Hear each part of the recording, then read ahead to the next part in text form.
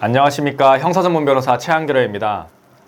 성범죄는 모르는 사람과 만나서 발생하는 경우도 많지만 의외로 지인이나 연인 관계에서 있었던 일이 성범죄 사건으로 발전하는 경우가 굉장히 많다는 사실은 사회적인 이슈에 조금이라도 관심이 있으신 분이라면 이미 알고 계실 거라고 생각이 듭니다. 제가 정말 많은 성범죄 사건을 다루다 보니까 자연스레 이어지는 생각은 정말 성범죄는 민감하고 예민한 사건임에도 피해자의 진술로 처벌되는 형국을 띠고 있다 보니 초동 대응이 정말 굉장히 중요하다는 겁니다. 연인 관계나 서로 굉장히 친밀한 관계에서 호감을 가지고 만남을 이어가다가 분위기에 취해서든 술에 취해서든 진도를 나가게 됐는데 갑자기 다음날 연락 온 내용이 어떻게 어제 나한테 그럴 수가 있어?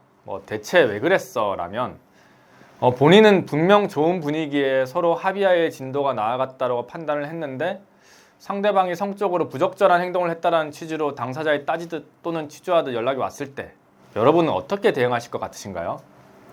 사실 이미 이러한 연락을 취했다는 것 자체가 상대방은 고소 내지 보상을 받기 위한 연락이라고 보시는 게 좋습니다. 하지만 일반인이 이러한 연락을 받게 되면 사실 덜컥 겁이 나고 불안하기 때문에 먼저 사과부터 하는 경우가 대부분입니다. 오빠가 미안하다. 내가 잘못했어. 라거나 다 책임질게. 해서는 안 되는 실수였어. 대체 왜 어제 서로 합의하에 이루어진 성관계를 두고 사과부터 하시는지 사실 100이면 99, 98명은 이렇게 답변하면서 대화가 시작이 됩니다. 이렇게 된다면 사실 상대방이 고소를 진행할 경우 또는 위자료를 제시할 경우 혐의를 부인할 수 있는 가능성을 스스로 집어 던진 거라고 생각하시면 됩니다. 어떠한 이유 때문에 그렇냐라고 물으신다면 성범죄는 사실 은밀한 장소에서 단둘이 있는 경우가 발생하게 되기 때문에 직접적인 증거 영상이라거나 목격자가 있는 경우가 없습니다. 그렇기 때문에 더욱더 피해자의 진술에 따라 처벌이 이루어지는 범죄인 건데요. 그렇다면 이러한 혐의를 입증하거나 벗어나기 위해서는 범행 전후의 상황 같은 간접 증거들을 적극적으로 활용을 해서 혐의의 유무 판단을 할 수밖에 없는 것입니다. 그러므로 일단 미안하다고 말하거나 상대방을 진정시키고 나서 생각하자라면서 미안해 라고 말하는 순간 성범죄 혐의를 인정하게 되는 프리패스를 끊었다라고 생각해도 과하지 않습니다. 여기서 끝이 아니라 문제되는 태도가 또 있습니다. 참 이게 약간 사회적으로 교육이 이루어진가 싶을 정도로 정말 많은 남성분들이 여성의 말에 긍정의 호응을 그렇게 잘하십니다. 막 다그치는 여성의 목소리에 중간중간에 그렇게 긍정의 추임새를 넣고는 하시죠. 맞아, 내가 그랬지, 그래, 그러니까, 라거나, 네가 그렇게 생각하는 거 다 이해할 수 있어, 라고 하십니다. 본인들이 무슨 내용의 긍정을 하는지도 모르고 그저 여성들의 말에 뒷말을 따라하면서 그렇게 앵무새 마냥 긍정의 추임새를 넣으세요. 추후 이 부분에 대해서 추궁을 하면은 상대방의 말을 경청하고 있다라는 어필을 하려고 그런 거지 무슨 내용인지도 제대로 못 듣고 당해서 그랬다라고 주장을 하시는데 그게 참 받아들여지기가 굉장히 어렵습니다.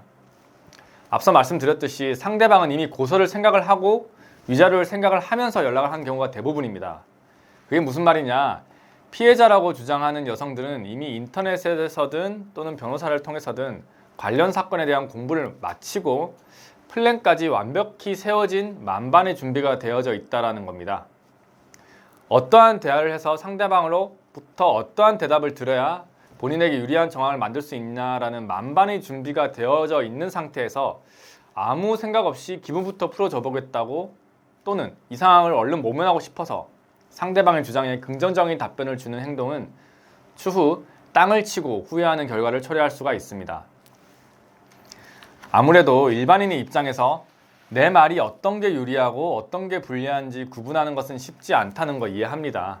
그렇다면 굳이 오랜 시간 답도 없는 통화를 이어가지 말고 여러 차례 통화를 할 필요가 없겠죠. 그런 상황에서 전화는 일단 회피하실 수 있으면 회피하는 것이 가장 좋습니다. 업무 중이라 바빠서 미안하다. 나중에 연락할게 라던가 이 부분에 대해서는 네 마음은 충분히 알겠지만 난 그렇게 생각하지 않아. 그만 얘기했으면 좋겠다 라던가 해서 단호하게 끊으시고 차라리 추후 고소가 진행되었을 때 사실관계만을 기억나는 대로 정확히 진술하시는 것이 훨씬 도움이 됩니다. 길게 통화하고 자주 통화하다 보면은 사람의 집중력이 흐트러지고 지치기 때문에 상대방의 주장을 그냥 수용하는 태도로 변하는 경우가 종종 생깁니다. 상대방과 대립이 길게 이어지는 경우 도저히 내 말이 안 먹힌다 싶으시면 보통 어떻게 하시죠? 그래, 맞아, 네 말이 맞아. 알겠어, 내가 잘못했다. 됐지? 이런 경우 굉장히 많으시지 않나요? 일상의 다툼에서야 그거 뭐 이겨서 뭐하냐 싶어서 그럴 수는 있지만 이 경우에 그렇게 되면 아까 말씀드렸죠. 재차 성범죄자 프리패스 발급을 받게 되시는 경우가 되므로 긴 통화, 잦은 통화 반드시 피해야겠습니다. 그렇다고 무조건 전화를 피하고 단호하게 대처해서는 또 안 되는 게 정말 그냥 왠지 서운해서 전날은 정말 기분이 좋아가지고 진도를 나가고 성관계도 했는데 갑자기 생각해보니까 뭔가 좀 서럽고 불안해서 투정을 좀 부리려고 말을 했는데 되려 본인의 사람 인생 망치려는 인간 말종 취급을 한다? 이런 경우도 실제 있습니다. 그저 너무 갑작스럽게 맺게 된 성관계가 불안해서 두 사람 관계에 확신을 얻고자 말을 했는데 사회가 좀 흉흉하다 보니까 받아들이는 쪽에서 무조건적으로 꽃뱀이냐 제비 취급을 하면서 막말을 내뱉어 자극을 하게 되면 상대방은 급 우울했던 감정이 끝없는 전투력으로 치환하게 되고 두 발을 경찰서 민원실로 내달리게 만드는 상황을 만들 수가 있습니다. 일단 사건화가 되면 불리한 상황이든 유리한 상황이든 수사는 진행이 됩니다.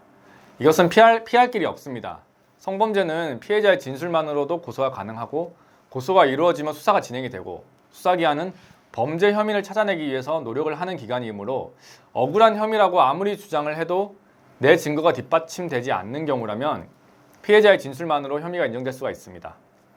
수사기관이 절대 억울한 혐의를 벗겨내 주려고 노력하는 것은 아니다라는 사실을 꼭 인지하셔야겠습니다. 오늘은 사건화가 되기 전에 사건화가 되려는 과정에서 고소인과 통화를 나눌 때 상황에 대한 팁 아닌 팁을 드려봤는데요. 항상 혼자서 이런 상황에서 끙끙 앓기보다는 전문 변호인과 상담을 한번 나눠보시고 그게 여의치 않다면 주변에 믿을 만한 지인분들과 허심탄회하게 대화를 해보는 것도 좋은 방법입니다. 물론 이러한 상담도 상대방, 그 피해자와 가까운 지인은 절대 안 됩니다. 이상하게 오래된 연인이나 지인끼리 이러한 일이 발생하게 되면 중간에 지인에게 중재를 요청해서 이런저런 얘기를 꺼내시는데 이것도 불리하게 작용되는 경우가 있으므로 나만의 믿을 만한 지인 또는 변호인에게 털어놓고 얘기하고 대응해 나가시면 되겠습니다. 혼자 끙끙 앓는다고 나아지는 경우는 절대 없습니다. 되려 안 좋은 상상만 가득해지고 최악의 선택을 하는 경우가 다반사이기 때문에 긴 시간 고민하지 마시고 상담 요청을 남겨놔 주시면 힘이 되어 드리도록 하겠습니다. 지금까지 형사전문 변호사 최한결이었습니다. 감사합니다.